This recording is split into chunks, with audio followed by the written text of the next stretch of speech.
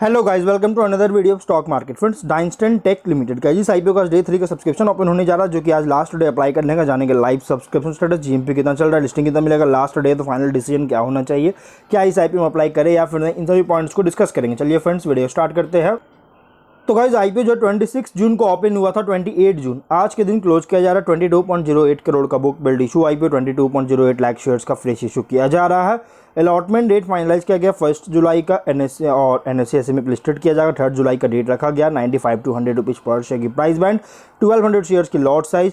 Corporate professionals capital private limited lead manager, share India securities market maker और K fintech registrar है। Promoter holding की बात करेंगे तो प्री इशू 95.5% का, पोस्ट इशू 69.97% का होल्डिंग देखने को मिल जाएगा। एंकर इन्वेस्टर से 6.28 करोड़ का फंड रेज कर चुका है। और अगर सब्सक्रिप्शन की बात करें तो QIB से भी सब्सक्राइब नहीं किया गया, मतलब QIB से एकदम सब्सक्राइब नहीं है, लेकिन HNI से 6.08 टाइम्स का, रिटेल से 4.8 टाइम्स का, जो कि यहाँ पे गाइस रिटेल और HNI बहुत अच्छी ओवर सब्सक्रिप्शन देखने को मिला। टोटल 3.71 टाइम का ओवर सब्सक्राइब होती हुई नजर आ रही है।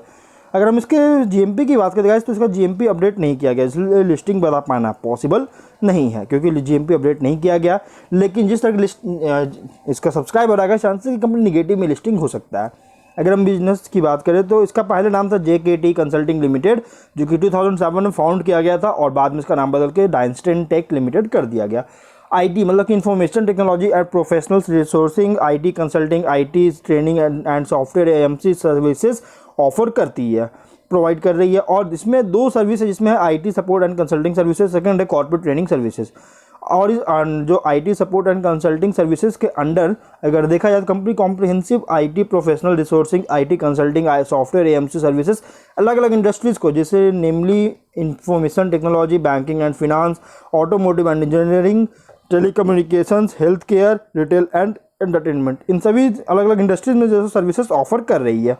और सेकंड है कॉर्पोरेट ट्रेनिंग सर्विसेज में, इस एरिया में कंपनी टेक्निकल और सॉफ्ट स्किल्स इन दोनों बेस्ड ट्रेनिंग सर्विसेज ऑफर करती है, जिसमें इंक्लूड है ERP and business application training, behavioural training, induction या ऑनबोर्डिंग ट्रेनिंग और domain specific training, training and employment, CSR implementation programmes, disaster and safety management training, learning solutions, educational tourism, इस तरह की services इस कॉर्पोरेट ट्रेनिंग सर्विस में provide करती है। 31 दिसंबर के अकॉर्डिंग 458 एम्प्लॉयज टोटल कंपनी में काम कर चुकी है।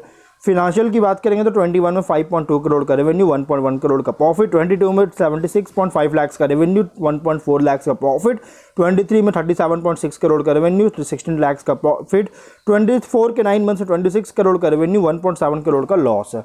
तो कंपनी का फिनेंशियल अगर देखा जाए ना तो 21 के बाद 22 में बहुत ही सडन क्रैश किया, और 23 में गाइस एकदम रेवेन्यू तो बहुत स्ट्रॉन्ग वापस इंक्रीज किया, लेकिन प्रॉफिट जो है नेग्लिजिबल है, मतलब एकदम बिल्कुल भी प्रॉफिट नहीं किया।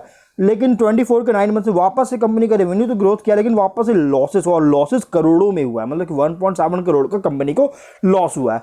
तो कह सकते हैं कि कंपनी का जो फिनेंशियल है गाइस में इनकंसिस्टेंसी फिनेंशियल परफॉर्मेंस देखने को मिला। और प्लस इसका रिसेंट फिनेंशियल के अकॉर्डिंग 9 मंथ्स के अकॉर्डिंग गाइस इसका जो PE रेशियो नेगेटिव में है, EPS नेगेटिव में है, NAV भी नेगेटिव में आने के इंडिकेट कर रहा है गाइस। तो एक तरह से समझिए कि बहुत ज़्यादा रिस्की है। और इसके कुछ रिस्की पॉइंट हम लोग अगर आगे बात करें तो कंपनी को पास्ट में लॉसेस रिपोर्ट कर चुका है, और अलग अलग तरह के अप्रूवल्स, NOCs, लाइसेंस, रजिस्ट्रेशन और परमिट्स वगैरह रिक्वायरमेंट होता है।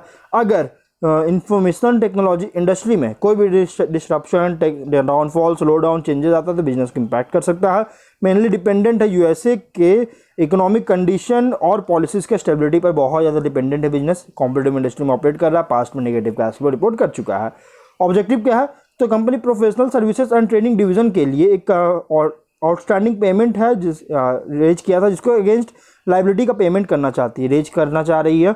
और इसमें मतलब बिजनेस एक्वायर करना चाह रही है, जो कि JK सॉफ्ट लिमिटेड से बिजनेस एक्वायर किया था, और बिजनेस ट्रांसफर एग्रीमेंट के अकॉर्डिंग 30 अप्रैल 2022 में इसका रिपेमेंट करना चाहती है, पेमेंट वगैरह करना चाहती है। कुछ पेमेंट ड्यू है जिसका पेमेंट करना चाह रही है।